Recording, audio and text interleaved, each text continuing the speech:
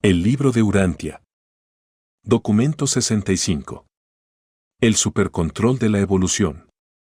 Patrocinado por un portador de vida de Nevadon residente en Urantia. 4. La aventura urantiana. No olvidéis el hecho de que Urantia nos fue asignada como mundo para experimentar con la vida. En este planeta efectuamos nuestro 60º intento para modificar y mejorar, si fuera posible, la adaptación sataniana de los diseños de vida de Nevadon. Y consta en los registros que realizamos numerosas modificaciones beneficiosas en los modelos de vida normales. Para ser precisos, en Urantia elaboramos e hicimos la demostración satisfactoria de no menos de 28 características de modificación de la vida que serán útiles para todo Nevadon en todas las épocas venideras. Pero el establecimiento de la vida nunca es experimental en ningún mundo, en el sentido de intentar algo desconocido y que no se ha probado. La evolución de la vida es una técnica siempre progresiva, diferencial y variable, pero nunca fortuita, incontrolada ni totalmente experimental en el sentido accidental. Muchas características de la vida humana proporcionan abundantes pruebas de que el fenómeno de la existencia mortal fue planeado de manera inteligente, que la evolución orgánica no es un simple accidente cósmico. Cuando una célula viviente es lesionada, posee la capacidad de elaborar ciertas sustancias químicas que tienen la facultad de estimular y activar las células normales vecinas. De tal manera que éstas empiezan inmediatamente a secretar ciertas sustancias que facilitan los procesos curativos de la herida. Al mismo tiempo, estas células normales no lesionadas empiezan a proliferar. Se ponen a trabajar realmente para crear nuevas células que reemplacen a todas las células semejantes que puedan haber sido destruidas por el accidente.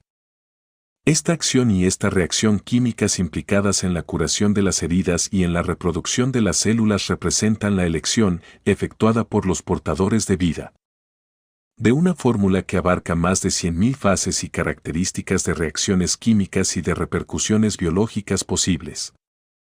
Los portadores de vida realizaron en sus laboratorios más de 500.000 de experimentos específicos antes de decidirse finalmente por esta fórmula para experimentar con la vida en Urantia. Cuando los científicos de Urantia conozcan mejor estas sustancias químicas curativas, serán más eficaces en el tratamiento de las heridas e indirectamente sabrán controlar mejor ciertas enfermedades graves.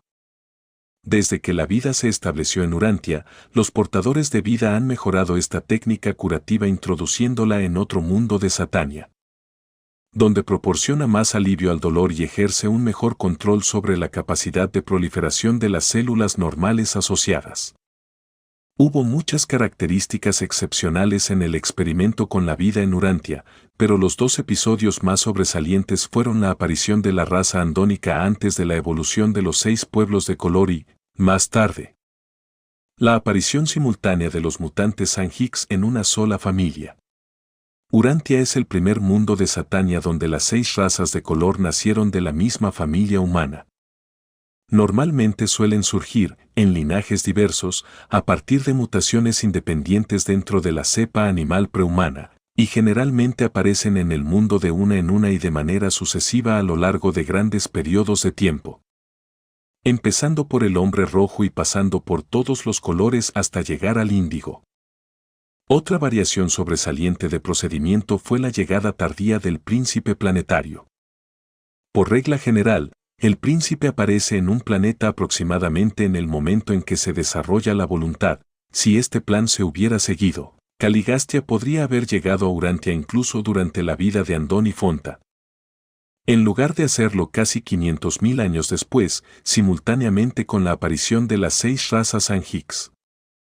En un mundo habitado normal, un príncipe planetario habría sido concedido a petición de los portadores de vida en el momento de la aparición de Andoni Fonta o poco tiempo después. Pero como Urantia había sido designada como planeta de modificación de la vida, los observadores Melquisedecs, 12 en total, fueron enviados por acuerdo previo como consejeros de los portadores de vida y como supervisores del planeta hasta la llegada posterior del príncipe planetario. Estos Melquisedecs llegaron en el momento en que Andoni y Fonta tomaron las decisiones que permitieron a los ajustadores del pensamiento venir a residir en su mente mortal. Los esfuerzos realizados en Urantia por los portadores de vida para mejorar los modelos de vida de Satania tuvieron como resultado necesario la producción de numerosas formas de vida transitorias, aparentemente inútiles. Pero los beneficios ya acumulados son suficientes para justificar las modificaciones urantianas efectuadas en los diseños de vida normales. Teníamos la intención de producir una temprana manifestación de la voluntad en la vida evolutiva de Urantia, y lo conseguimos. La voluntad no surge habitualmente hasta mucho tiempo después del nacimiento de las razas de color y generalmente aparece por primera vez entre los tipos superiores del hombre rojo. Vuestro mundo es el único planeta de Satania donde el tipo humano de voluntad ha aparecido en una raza anterior a las de color. Pero en nuestro esfuerzo por asegurar esta combinación y asociación de factores hereditarios que finalmente dieron origen a los antepasados mamíferos de la raza humana, nos enfrentamos con la necesidad de permitir que se produjeran cientos de miles de otras combinaciones y asociaciones de factores hereditarios relativamente inútiles. Cuando investiguéis el pasado del planeta, vuestra mirada se encontrará severamente con muchos de estos subproductos, aparentemente extraños, de nuestros esfuerzos. Y puedo comprender muy bien cuán enigmáticas deben ser algunas de estas cosas para el punto de vista limitado de los hombres. 3. El fomento de la evolución. Será muy difícil explicarle a la mente humana actual muchos sucesos extraños y aparentemente grotescos del progreso evolutivo inicial. A lo largo de todas estas evoluciones aparentemente extrañas de seres vivientes estaba funcionando un plan intencional, pero no nos está permitido intervenir arbitrariamente en el desarrollo de los modelos de vida una vez que se han activado. Los portadores de vida pueden emplear todos los recursos naturales posibles y utilizar todas y cada una de las circunstancias fortuitas que mejoren el progreso y el desarrollo del experimento de la vida. Pero no nos está permitido intervenir mecánicamente en la evolución vegetal o animal, ni manipular arbitrariamente su conducta o su rumbo. Habéis sido informados de que los mortales de Urantia se desarrollaron pasando por la evolución de una rana primitiva y que esta cepa ascendiente, contenida en potencia dentro de una sola rana, por poco se destruye en cierta ocasión. Pero no se debe deducir que la evolución de la humanidad hubiera terminado debido a un accidente en esta coyuntura. En aquel mismo momento estábamos observando y fomentando no menos de 1000 cepas de vida mutantes, diferentes y alejadas entre sí, que podían haber sido dirigidas hacia diversos modelos de desarrollo prehumano. Esta rana ancestral particular representaba nuestra tercera selección, pues las 2 cepas de vida anteriores habían perecido a pesar de todos nuestros esfuerzos por conservarlas. Incluso la pérdida de Andón y Fonta antes de que tuvieran descendencia no hubiera impedido la evolución humana, aunque la habría retrasado. Después de la aparición de Andón y Fonta, y antes de que se agotaran los potenciales humanos en mutación de la vida animal, evolucionaron no menos de 7000 cepas favorables que podrían haber alcanzado alguna clase de desarrollo de tipo humano. Muchas de estas mejores cepas fueron asimiladas posteriormente por las diversas ramas de la especie humana en expansión. Mucho antes de que el hijo y la hija materiales, los mejoradores biológicos, lleguen a un planeta, los potenciales humanos de las especies animales en evolución ya se han agotado. Este estado biológico de la vida animal es revelado a los portadores de vida mediante el fenómeno de la tercera fase de movilización de los espíritus ayudantes, que se produce automáticamente en el mismo momento en que toda la vida animal ha agotado su capacidad para dar nacimiento a los potenciales mutantes de los individuos prehumanos. La humanidad de Urantia debe resolver sus problemas de desarrollo mortal con los linajes humanos que posee. Ninguna nueva raza volverá a aparecer en el futuro a partir de fuentes prehumanas. Pero este hecho no impide la posibilidad de alcanzar unos niveles muy superiores de desarrollo humano mediante el fomento inteligente de los potenciales evolutivos que residen todavía en las razas mortales. Aquello que nosotros, los portadores de vida, hacemos para fomentar y conservar las cepas de vida antes de que aparezca la voluntad humana, el hombre debe hacerlo por sí mismo después de ese acontecimiento. Cuando ya nos hemos retirado de toda participación activa en la evolución, el destino evolutivo del hombre se encuentra de manera general en sus propias manos. Y tarde o temprano la inteligencia científica debe reemplazar el funcionamiento aleatorio de una selección natural no controlada y de una supervivencia sometida a la casualidad. Y hablando de fomento de la evolución, ¿no sería inoportuno indicar que si en el lejano futuro que tenéis por delante alguna vez os vinculáis a un cuerpo de portadores de vida, dispondréis de amplias y abundantes ocasiones para ofrecer vuestras sugerencias y aportar todas las mejoras posibles a los planes y técnicas de gestión y trasplante de la vida? Tened paciencia. Si tenéis buenas ideas, si vuestra imaginación es fértil en mejores métodos de administración para cualquier parte de los dominios universales, tendréis ciertamente la oportunidad de presentarlos a vuestros asociados y compañeros administradores en las épocas venideras. 2. El panorama de la evolución. La historia de la ascensión del hombre desde las algas marinas hasta el dominio de la creación terrestre es, en verdad, una aventura de luchas biológicas y de supervivencia mental.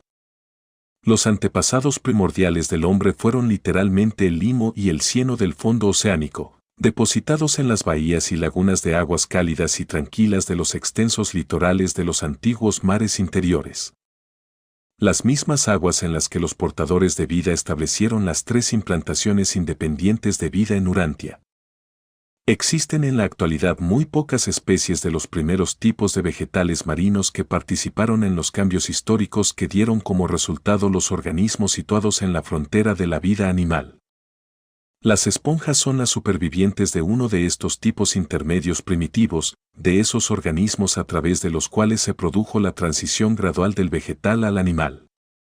Estas primeras formas transitorias no eran idénticas a las esponjas modernas, pero sí muy similares a ellas. Fueron unos organismos verdaderamente limítrofes, ni vegetales ni animales, pero condujeron finalmente al desarrollo de las verdaderas formas de vida animal.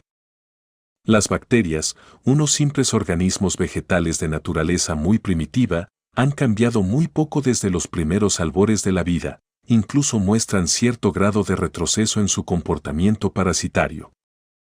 Muchos hongos representan también un movimiento retrógrado en la evolución, pues se trata de plantas que han perdido su capacidad para fabricar clorofila y se han vuelto más o menos parasitarias. La mayoría de las bacterias que producen las enfermedades y sus cuerpos auxiliares los virus, pertenecen en realidad a este grupo de hongos parasitarios renegados. Durante las épocas intermedias, todo el inmenso reino de la vida vegetal evolucionó a partir de unos antepasados de los que descienden también las bacterias. Pronto apareció repentinamente, el tipo protozoario más elevado de la vida animal. La ameba, el típico organismo animal unicelular, ha llegado desde aquellos tiempos tan lejanos hasta nuestros días con pocas modificaciones. Hoy retosa de manera muy parecida a como lo hacía cuando era el último logro más importante de la evolución de la vida.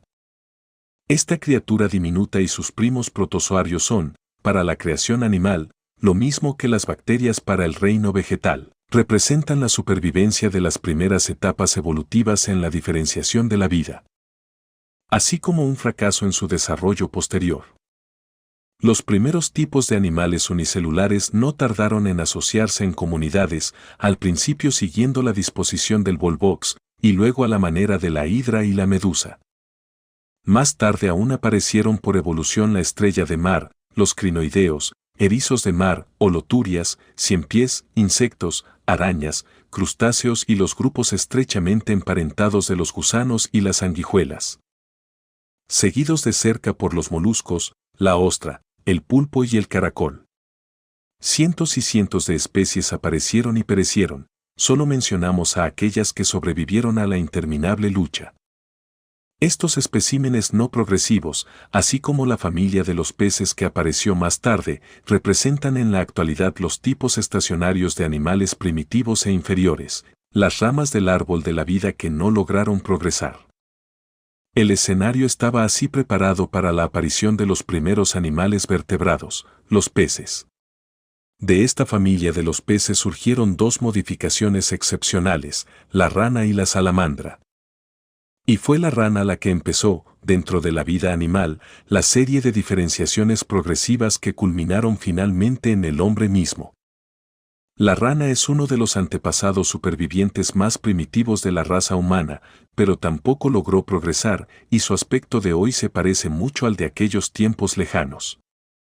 La rana es la única especie ancestral de los albores de las razas que vive hoy en día sobre la faz de la Tierra. La raza humana no posee ningún antepasado que haya sobrevivido entre la rana y el esquimal. Las ranas dieron nacimiento a los reptiles, una gran familia animal prácticamente extinguida, pero que antes de desaparecer dio origen a toda la familia de las aves y a las numerosas clases de mamíferos. El salto aislado más grande de toda la evolución prehumana se llevó a cabo probablemente cuando el reptil se convirtió en un ave. Los tipos de aves actuales, águilas, patos, palomas y avestruces, descienden todos de los enormes reptiles de los tiempos prehistóricos. El reino de los reptiles, descendiente de la familia de las ranas, está representado actualmente por 4 divisiones supervivientes, 2 no progresivas, las serpientes y los lagartos, junto con sus primos los cocodrilos y las tortugas. Una parcialmente progresiva, la familia de las aves, y la 4ª representa a los antepasados de los mamíferos y a la línea que desciende directamente hasta la especie humana. Aunque los reptiles del pasado desaparecieron hace mucho tiempo, su aspecto macizo encontró resonancia en el elefante y el mastodonte, mientras que sus formas particulares se perpetuaron en los canguros saltadores. En Urantia solo han aparecido 14 fila, siendo los peces el último de ellas, y no se ha desarrollado ninguna clase nueva después de las aves y los mamíferos. Los mamíferos placentarios surgieron repentinamente de un ágil y pequeño dinosaurio reptil de hábitos carnívoros, pero provisto de un cerebro relativamente grande. Estos mamíferos se desarrollaron rápidamente y de muchas maneras diferentes, dando nacimiento no solamente a las variedades comunes modernas, sino que evolucionaron también hacia los tipos marinos tales como las ballenas y las focas, y hacia los navegantes aéreos como la familia de los murciélagos. El hombre se desarrolló pues a partir de los mamíferos superiores procedentes principalmente de la implantación occidental de vida que se había efectuado en los antiguos mares abrigados situados entre el este y el oeste. El grupo oriental y el grupo central de organismos vivientes pronto progresaron favorablemente hacia la conquista de niveles prehumanos de existencia animal. Pero a medida que pasaban las épocas, el foco oriental de vida no logró alcanzar un nivel satisfactorio de inteligencia prehumana, pues había sufrido tales pérdidas repetidas e irreparables en sus tipos superiores de plasma germinal, que quedó privado para siempre de la capacidad de rehabilitar sus potencialidades humanas. Como la calidad de la capacidad mental para desarrollarse en este grupo oriental era tan claramente inferior a la de los otros 2 grupos, los portadores de vida, con la aprobación de sus superiores, manipularon el entorno de tal manera que circunscribieron aún más estas cepas prehumanas inferiores de la vida evolutiva. Según las apariencias exteriores, la eliminación de estos grupos inferiores de criaturas fue accidental, pero en realidad fue enteramente intencional. En una fecha posterior del desarrollo evolutivo de la inteligencia, los antepasados lémures de la especie humana estaban mucho más avanzados en Norteamérica que en otras regiones. Por eso fueron inducidos a emigrar desde el área de implantación de vida occidental, pasando por el puente terrestre de Bering y a lo largo de la costa hasta el sudoeste de Asia, donde continuaron evolucionando y se beneficiaron de la adición de ciertas cepas del grupo central de vida. El hombre evolucionó así a partir de ciertas cepas vitales del centro-oeste, pero en las regiones centrales y próximo-orientales. La vida que se había plantado en Urantia evolucionó de esta manera hasta el período glaciar, época en que el hombre mismo apareció por primera vez y empezó su agitada carrera planetaria. Esta aparición del hombre primitivo en la Tierra durante el período glaciar no fue precisamente un accidente, fue intencional. Los rigores y la severidad climática de la era glaciar se adaptaban en todos los aspectos a la finalidad de fomentar la producción de un tipo robusto de ser humano, dotado de una formidable capacidad para sobrevivir.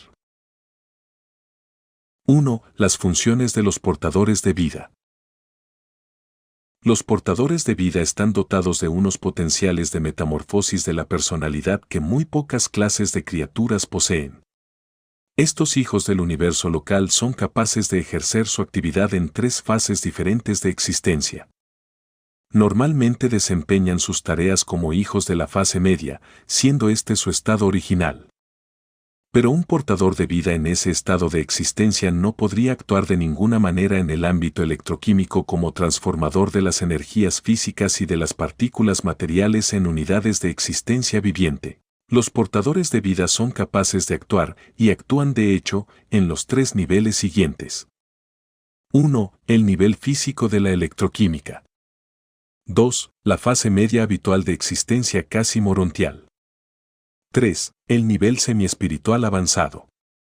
Cuando los portadores de vida se preparan para emprender una implantación de vida, y después de haber escogido los emplazamientos para tal empresa, convocan a la Comisión Arcangélica para la transmutación de los portadores de vida. Este grupo está compuesto de 10 órdenes de personalidades diversas, incluyendo a los controladores físicos y sus asociados, y lo preside el jefe de los arcángeles, que actúa con esta autoridad por mandato de Gabriel y con el permiso de los ancianos de los días. Cuando estos seres están situados en circuito de manera adecuada, pueden efectuar sobre los portadores de vida las modificaciones que les permitirán funcionar inmediatamente en los niveles físicos de la electroquímica. Después de que los modelos de vida se han formulado y las organizaciones materiales se han concluido debidamente, las fuerzas supermateriales implicadas en la propagación de la vida se activan enseguida y la vida existe. Entonces, los portadores de vida son devueltos inmediatamente a su fase media normal de existencia de la personalidad, en cuyo estado pueden manipular las unidades vivientes y manejar los organismos en evolución. Aunque están despojados de toda capacidad para organizar, para crear nuevos modelos de materia viviente. Después de que la evolución orgánica ha alcanzado cierto nivel y el libre albedrío de tipo humano ha aparecido en los organismos evolutivos más elevados, los portadores de vida deben abandonar el planeta o bien hacer una promesa solemne de renuncia. Es decir, que deben comprometerse a abstenerse de todo intento por influir posteriormente en el curso de la evolución orgánica. Cuando esta promesa es pronunciada voluntariamente por los portadores de vida que eligen permanecer en el planeta para aconsejar en el futuro a los que estarán encargados de favorecer a las criaturas volitivas recién aparecidas por evolución, se convoca una comisión de 12 miembros, presidida por el jefe de las estrellas vespertinas, que actúa por autorización del soberano del sistema y con el permiso de Gabriel. Y estos portadores de vida son transmutados inmediatamente a la 3ª fase de existencia de la personalidad, al nivel semiespiritual de existencia. Y he trabajado en Urantia, en esta 3ª fase de existencia, desde los tiempos de Andón y Fonta. Esperamos con ansia la época en que el universo estará establecido en la luz y la vida, y logremos un posible 4º estado de existencia en el cual seremos totalmente espirituales. Pero nunca se nos ha revelado la técnica por la cual podremos alcanzar ese estado deseable y avanzado.